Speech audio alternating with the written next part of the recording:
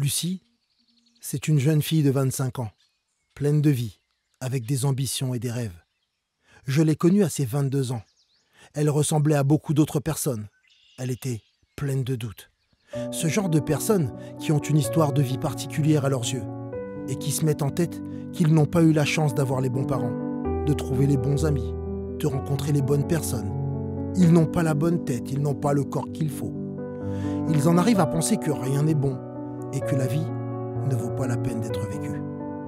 Et pour oublier tout ça, Lucie, elle faisait la fête avec tous ses excès. Elle s'autodétruisait de façon programmée. Le réveil était tout aussi dur, lui montrant une réalité qu'elle détestait. Elle se détestait et détestait le monde aussi. Jusqu'à cette fameuse nuit où, dans un excès de plus, l'univers l'a entendue et a accéléré cette autodestruction. En rentrant d'une fête bien arrosée, assise sur le côté passager de la voiture, l'accident est arrivé.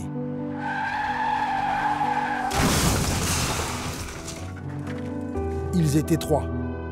Ils en sont tous sortis vivants. Mais Lucie, elle, a été la seule à être touchée. Elle a eu la moelle épinière sectionnée.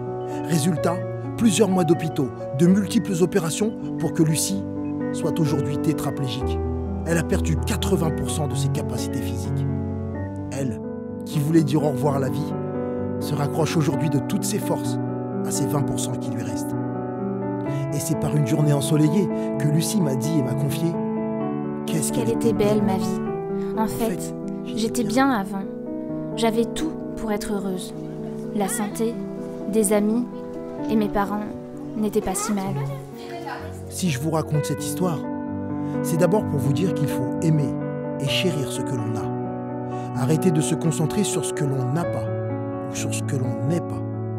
Alors oui, on peut vouloir s'améliorer, soi et sa condition de vie, mais à chaque étape, ressentir de la gratitude. N'attendons pas de ne plus avoir pour que l'on se dise enfin que l'on était bien avant, que l'on avait de la chance d'être en vie, de pouvoir courir, respirer, jouer et sourire.